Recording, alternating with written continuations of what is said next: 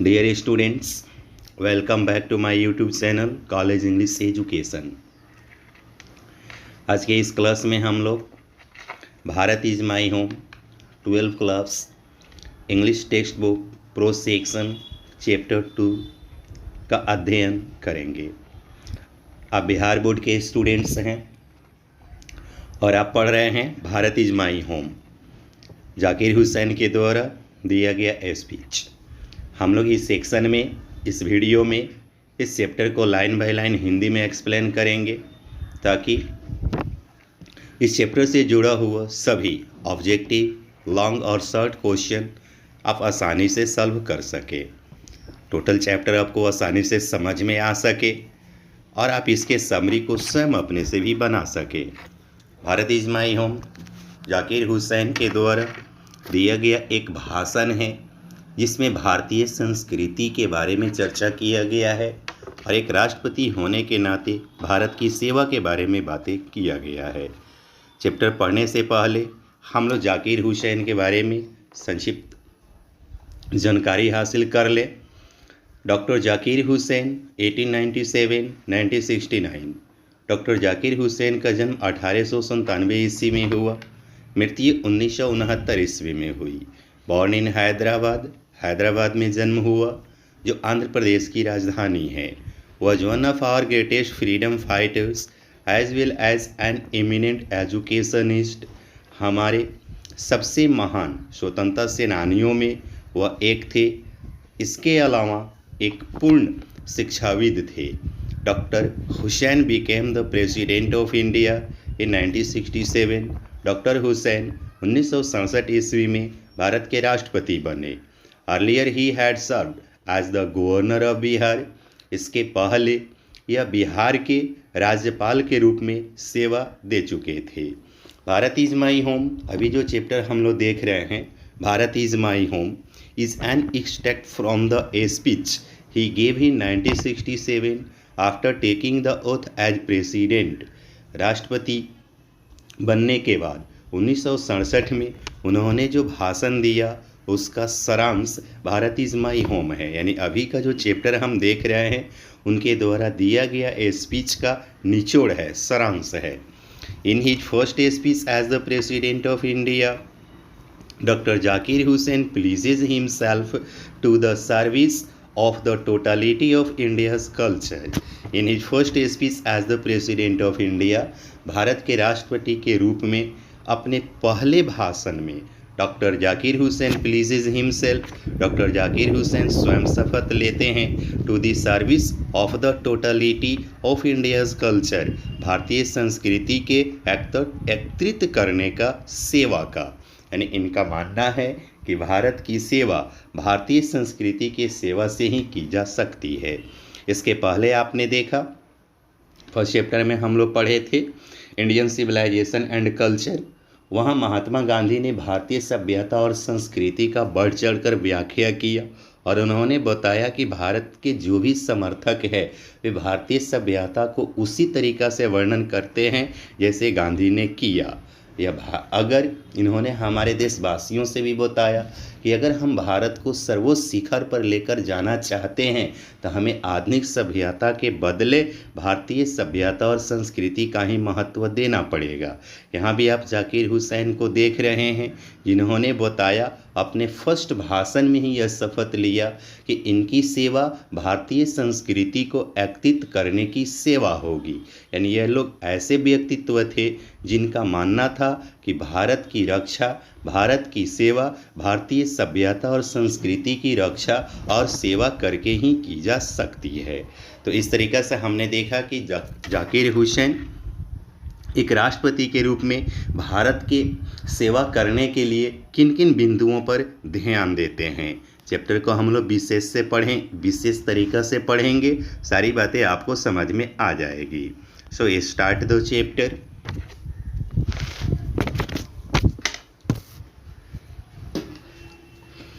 I must confess that I am overwhelmed by the trust my people have placed in me by electing me to the highest office in the land.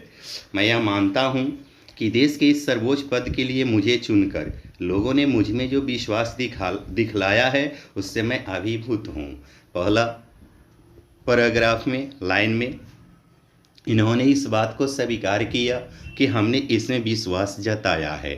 सत्य भी यह है कि जब भी मतदान होते हैं, वोट होते हैं, तो हम अपना कीमती वोट, अपना मतदान उन्हीं व्यक्ति को देते हैं जिसमें हमें विश्वास हो कि यह हमारे लिए उपयुक्त या हमारे लिए कारगर साबित हो सकता है। किसी भी देश की सर्वोपरि जो पद होता है, सबसे शक्तिशाली जो ऑफिस होती है, वहाँ का प्रेसिडेंसी होता है। और हमने इन्हें अपने देश का राष्ट्रपति बनाया।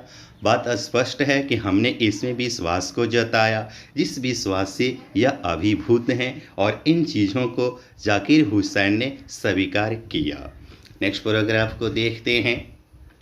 Dr. Radhakrishnan brought to the presidency a mental equipment, a degree of erudition and a wealth of experience rarely to be found anywhere. यहाँ दूसरा पैराग्राफ के फर्स्ट लाइन में ही डॉक्टर राधा कृष्णन के बारे में डिस्कस किया जाता है। डॉक्टर राधा कृष्णन एक शिक्षक होने के बाद भारत के राष्ट्रपति थे, यानी जाकिर हुसैन के पहले जो राष्ट्रपति थे वो डॉक्टर राधा कृष्णन थे। अगर हम जाकिर हुसैन के राष्ट्रपति के क्रम को देखें तो दो तरीक़ा से, अगर टर्म वाइज समझे तो ये हमारे देश के चौथे राष्ट्रपति थे, क्योंकि एक और दो जो टर्म था, पहला और दूसरा, वो डॉक्टर राजेंद्र प्रसाद को मिला। तीसरा टर्म जो था ना, डॉक्टर सर्वपल्ली राधाकृष्णन को मिला। और चौथा टर्म जो है जाकिर हुसैन को प्राप्त हुआ। व्यक्ति के अनुसार देखें तो डॉक्टर राजेंद्र प्रसाद के बाद डॉक्टर सर्वपल्ली राधाकृष्णन प्रेसिडेंट बने, और उसके बाद डॉक्टर जाकिर हुसैन प्रेसिडेंट बने। डॉक्टर जाकिर हुसैन प्रेसिडेंट बनने के बाद अपने भाषण में डॉक्टर राधा कृष्णन का चर्चा करते हैं। ये बताते हैं, doctor Radha Krishnan brought to the presidency a mental एक्वाइपमेंट।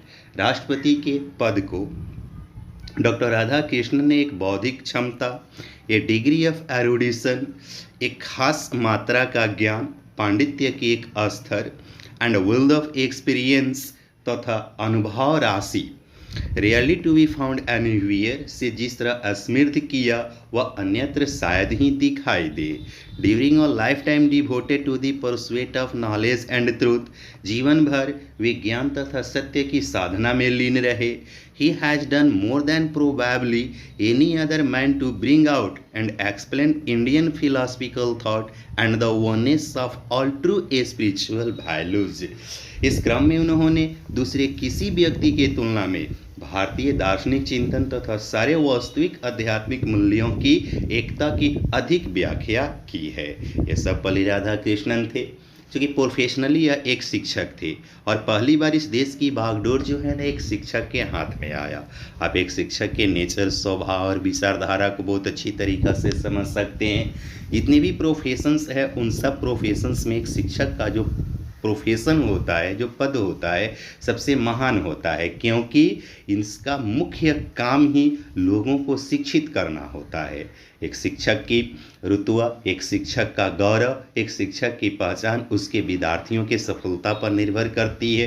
प्रत्येक शिक्षक अपने विद्यार्थियों को ज्ञान देता है, प्रकाश देता है, उसके जीवन के उत्थान के लिए तरह तरह का प्रयास करता है। इन द सेम वे अगर किसी देश की वागडोर किसी शिक्षक के हाथ में जाए तो शिक्षा के दृष्टिकोण से उस देश की भविष्य संवर सकती है।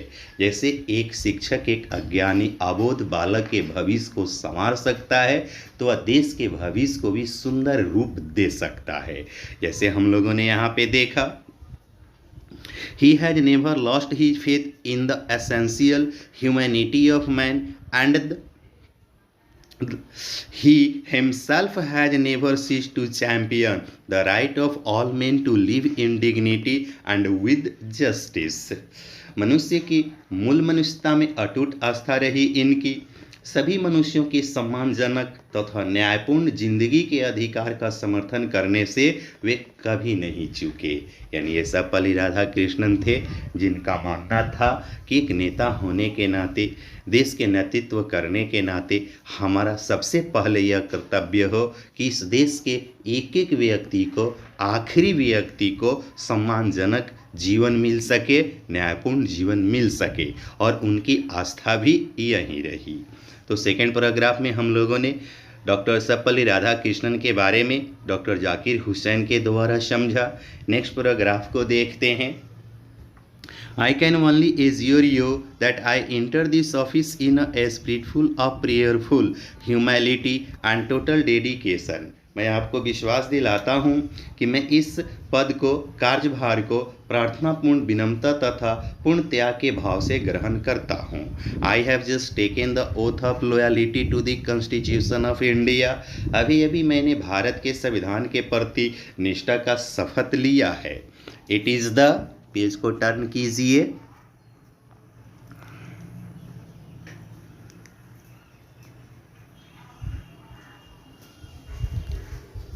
It is the constitution of a comparatively new state which its free citizens have for the first time in history given to themselves। इस लाइन में इन्होंने बताया यह एक अपेक्षाकृत नवनिर्मित राष्ट्र का संविधान है जिसके स्वतंत्र नागरिकों ने इतिहास में पहली बार इसे आत्मर्पित किया है। अब यहाँ पे हमने देखा नवनिर्मित राष्ट्र का संविधान कैसे, तो बात को ऐसे समझ लेते हैं। अगर प्रारंभिक समय में हम देखें तो संविधान बनने के पहले हमारा देश गुलाम था, हम अंग्रेज़ों के अधीन थे। अंग्रेजी सत्ता आने के पहले हमारा देश छोटे छोटे किंगडम्स में बांटा हुआ था, मोनार्ची सिस्टम। यहाँ के लोग राजतंत्र के अंतर्गत अपने जीवन को व्यतीत किए थे। जब अंग्रेज आए, लमसम धीरे धीरे सभी राज्य यहाँ से समाप्त होता चला गया, और अंग्रेज़ों के जाने के बाद कुछ ही ऐसे राजा और राज जो है ना बचे हुए थे जो स्वतंत्र थे, यानी एक प्रकार से किंगडम वाइज वहाँ का लाइफ स्टाइल था। 1950 ईस्वी में हमने संविधान को बनाया। 1967 ईस्वी में यह भाषण दिया गया, यानी जिस समय यह राष्ट्रपति बने उस समय हमारे देश की विधि व्यवस्था महज 17 साल की थी, और 17 साल का आयु जो है ना कोई बड़ा आयु नहीं हुआ। इसलिए इन्होंने कहा it is the constitution of A comparatively new state.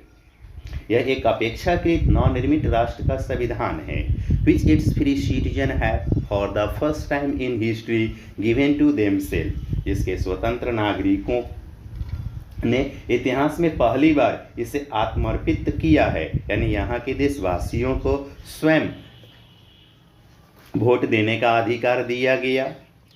It is the young state of an ancient people who through the long millennia and through cooperation of diverse ethnic elements have striven to realize timeless absolute values in their own peculiar way। ये एक प्राचीन जन का नौजवान राष्ट्र है जिन्होंने लंबी सहस्त्रवादियों के अंतराल में तथा विविध तत्वों के सहयोग से अपने खास तरीके से कलातीत असंदिग्ध मूल्यों को स्वीकार किया है। I pledge myself to the service of those values. मैं स्वयं को इन मूल्यों के प्रति संकल्पित करता हूँ। फॉर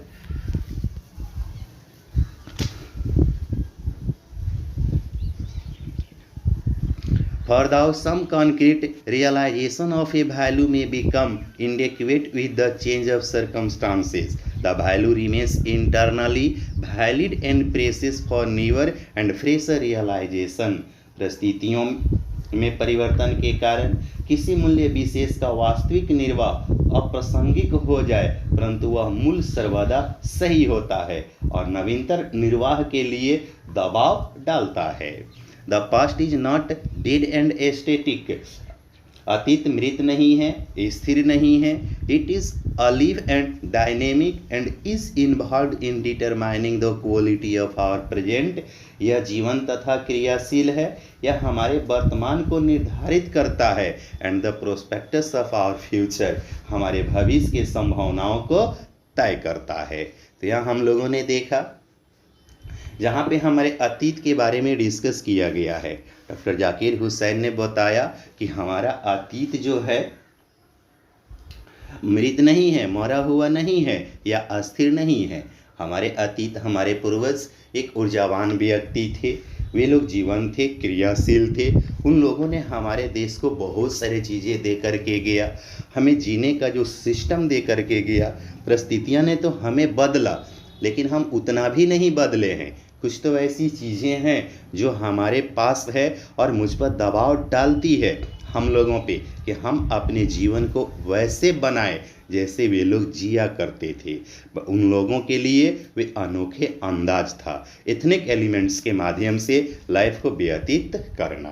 नेक्स्ट पैराग्राफ को देखेंगे।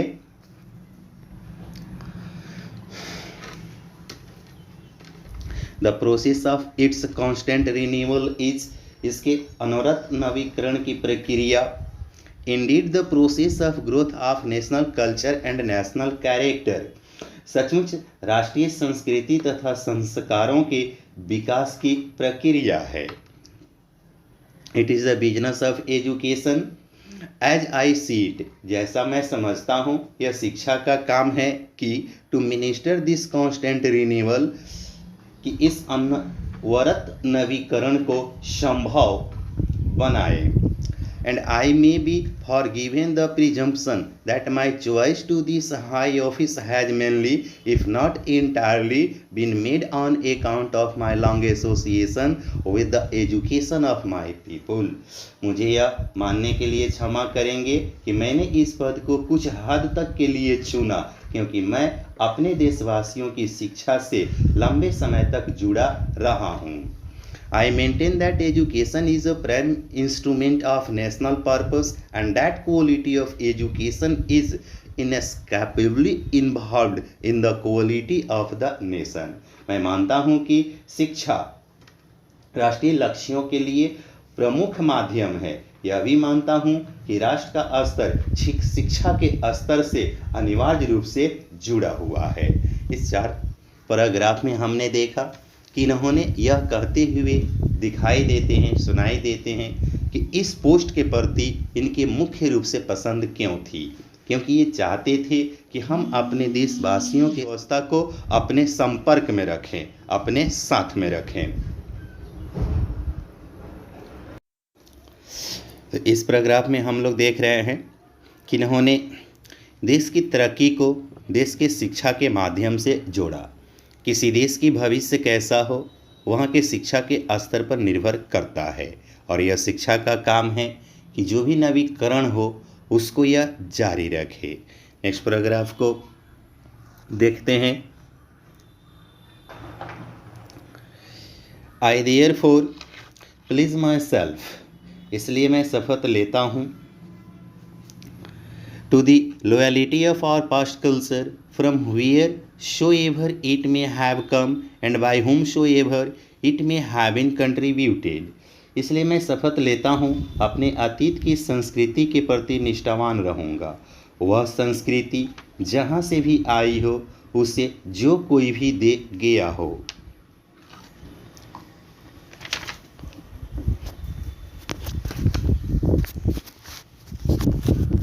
I pledge myself to the service of the totality to my country's culture, मैं अपने देश की संस्कृति की संपूर्णता के प्रति निष्ठावान रहूँगा। I pledge my loyalty to my country irrespective of religion or language, मैं इसे I pledge myself to work for its extent and progress and for the welfare of its people without distinction of caste, colour और creed, मैं इसे शक्तिवान तथा विकासवान बनाने के लिए कर्म करूँगा। मैं बिना जाति, वर्ण या धर्मत का भेद किए लोगों के कल्याण के लिए कर्म करूँगा। The whole of Bharat is my home and its people are my family, सारा भारत मेरा घर है, सारे भारतवासी मेरे परिवार जैसे हैं। The people have chosen to make me the head of this family, लोगों ने मुझे फॉर अ सर्टेन टाइम, लोगों ने मुझे कुछ समय के लिए परिवार का मुखिया चुना है। It shall be my earnest endeavour to seek to make this home as strong and beautiful, a worthy home for a great people engaged in the fascinating tasks of building up a just and prosperous and graceful life. मेरा गंभीर कोशिश रहेगी कि अपने इस घर को मजबूत बनाऊं, सुंदर बनाऊं, एक ऐसा लायक घर बनाऊं जहां के महानवासी एक न्यायपूर्ण, संपन्न तथा शालीन जीवन के निर्माण के रोचक जिम्मेवारी में लगे हुए हैं। तो इस पैराग्राफ में इन्होंने अपने जिम्मेवारियों के बारे में बताया। सबसे पहले इन्होंने कहा कि आपने मुझे इस पोस्ट तक पहुंचाया, आपने अपने कर्तव्य को निभाया। अब यह मेरी कर्तव्य होगी कि मैं इस देश को आपके काबिल बना सकूं। आपको विश्वास हो कि आप इस देश में सुरक्षित हैं, आप जिस चीज़ के लिए इस देश की सेवा कर रहे हैं वह चीज़ आपको प्राप्त हो सकती है।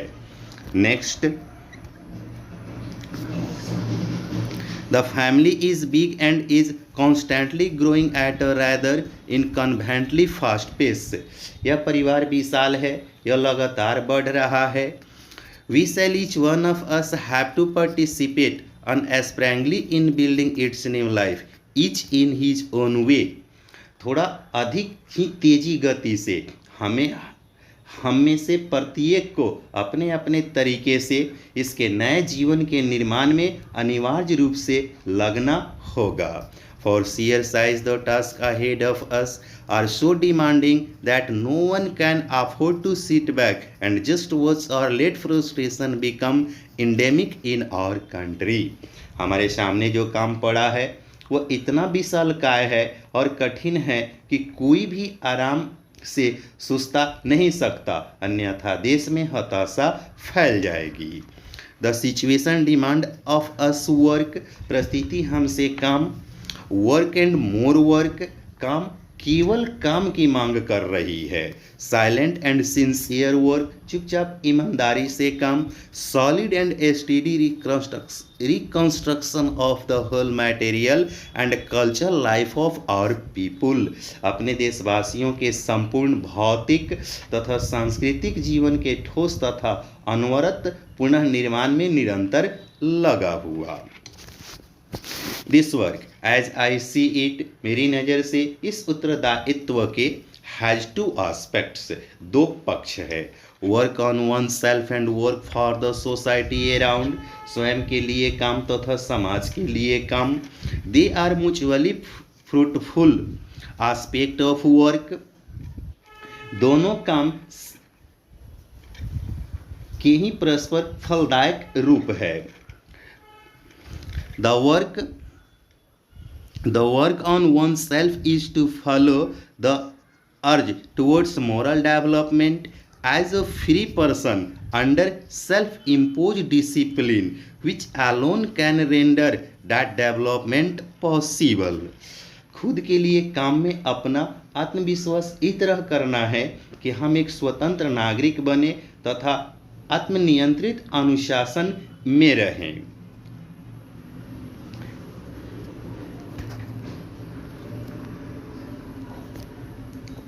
It's end product is a free moral personality, क्योंकि इसी से देश का विकास होगा।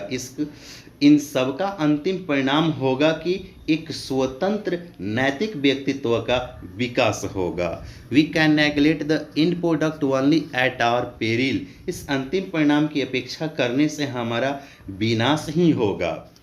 This end product cannot sustain itself without seeking and exercising itself to bring about the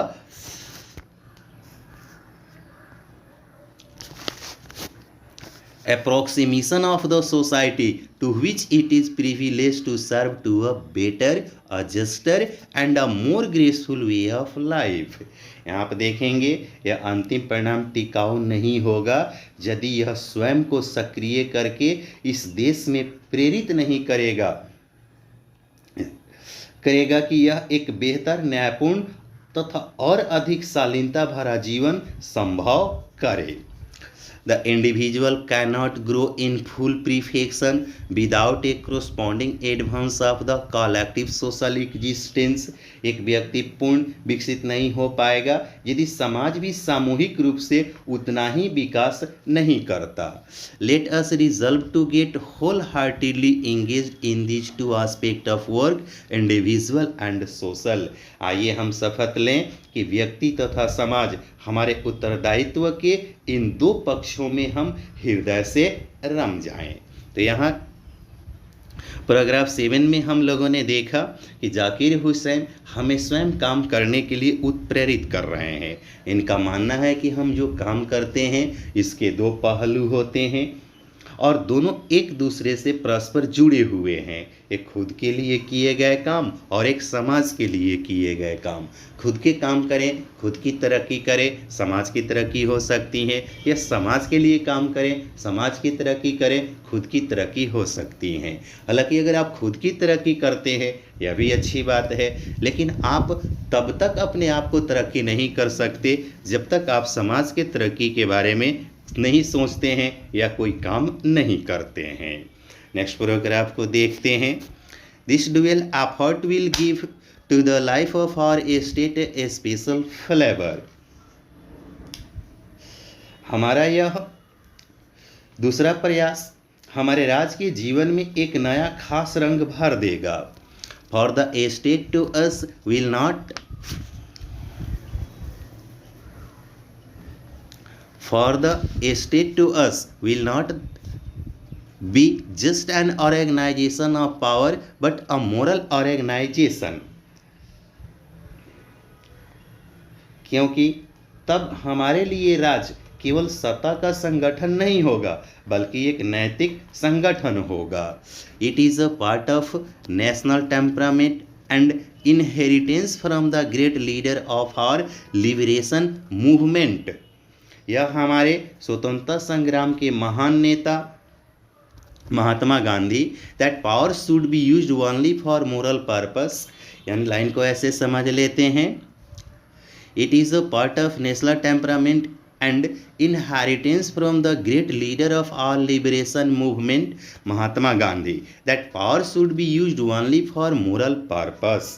यह हमारे स्वतंत्रता संग्राम के महान नेता महात्मा गांधी द्वारा पैदा की गई राष्ट्रीय भावना एवं विरासत का हिस्सा है। The peace of the strong is what we shall dedicate ourselves to work for. इस शक्ति को केवल नैतिक उद्देश्यों के पूर्ति के लिए लगाया जाना चाहिए। The peace of the strong is what we shall dedicate ourselves to work for। ताकतवर की शक्ति या कहें कि ताकत की शांति के लिए काम करने का हम संकल्प करें। लास्ट पैराग्राफ को देखते हैं। I have full faith in my people that they will bring forth the energy required for the satisfactory performance of this dual task। मुझे अपनी जनता में पूरा विश्वास है कि यह ऐसी ऊर्जा पैदा करेगी जो इस दोहरे उत्तरदायित्व को पूरा करने के लिए आवश्यक है। It shall be my privilege to contribute my share to this enchanting enterprises. मेरे लिए यह सम्मान की बात है कि मुझे इस महान प्रयास में भी योगदान करने का अवसर मिला है। इस प्रकार से हम लोगों ने चैप्टर को समाप्त किया। अब इससे रिलेटेड जो कुछ क्वेश्चन होंगे उसके आंसर आप स्वयं सेल्फ स्टडी करके आप अपने टेक्स्ट बुक को देखेंगे, वहाँ से पढ़ेंगे, अध्ययन करेंगे और स्वयं प्रयास करेंगे। आशा करते हैं कि आप हर प्रकार के प्रॉब्लम को स्वयं सॉल्व कर सकते हैं। जैसे पहला सेक्शन में आप देखेंगे फिल इन द ब्लैंक्स है, उसके बाद वाले जो क्वेश्चन होंगे what did doctor Radha Krishnan bring to the presidency. Doctor Radha Krishnan presidency को क्या दिया या प्रेसिडेंसी के कंडीशन में क्या लाए। What oath did doctor Zakir Hussain take up. Doctor Zakir Hussain किस चीज़ का शपथ लेते हैं। What is the business of education. Business का एजुकेशन का बिजनेस क्या है। What did doctor Zakir Hussain pledge himself to. Doctor Zakir Hussain क्या करने का स्वयं शपथ लेते हैं। What does work on oneself mean. Work on oneself mean का मतलब क्या हुआ। What is it's end product और इसके अंतिम परिणाम क्या होता है। What shall we dedicate our self to. हम स्वयं क्या करने को डेडिकेट हैं। When was doctor Zakir Hussain born. Doctor Zakir Hussain का जन्म कब हुआ। How long did doctor Zakir Hussain live. Doctor Zakir Hussain कितने दिन तक जीवित रहे। On what occasion did doctor Zakir Hussain deliver this speech. किस अवसर पर उन्होंने इस भाषण को दिया। Y does doctor Zakir Hussain call India the young state of an ancient people. Doctor Zakir Hussain Bharat को the young state of an ancient people क्यों बोला। तो इस तरह से 10 क्वेश्चन है आपके पास, आप चैप्टर को पढ़ें और स्वयं इसका आंसर दे सकते हैं। नीचे कुछ वर्ड पावर दिए गए हैं, ग्लोसरी एंड नोट्स दिए गए हैं, जहां से आपको चैप्टर को समझने में सहूलियत मिलेगी और आपके ऑब्जेक्टिव क्वेश्चन में भी यहां से प्रश्न पूछे जाते हैं। अतः आप इन सारे चीज़ों को भी सावधानीपूर्वक देखते रहेंगे, समझते रहेंगे। इसके बाद लॉन्ग क्वेश्चन है, यहाँ पे लॉन्ग क्वेश्चन का भी अध्ययन आप कर सकते हैं। चैप्टर अगर समझ में आया हो तो कोशिश करेंगे आप अपने से बनाने के लिए, सॉल्व हो जाएगा। फिर ग्रुप डिस्कस करते हैं, कंपोजिशन होता है, इसके बाद चैप्टर हमारा समाप्त हुआ। Thank you for watching.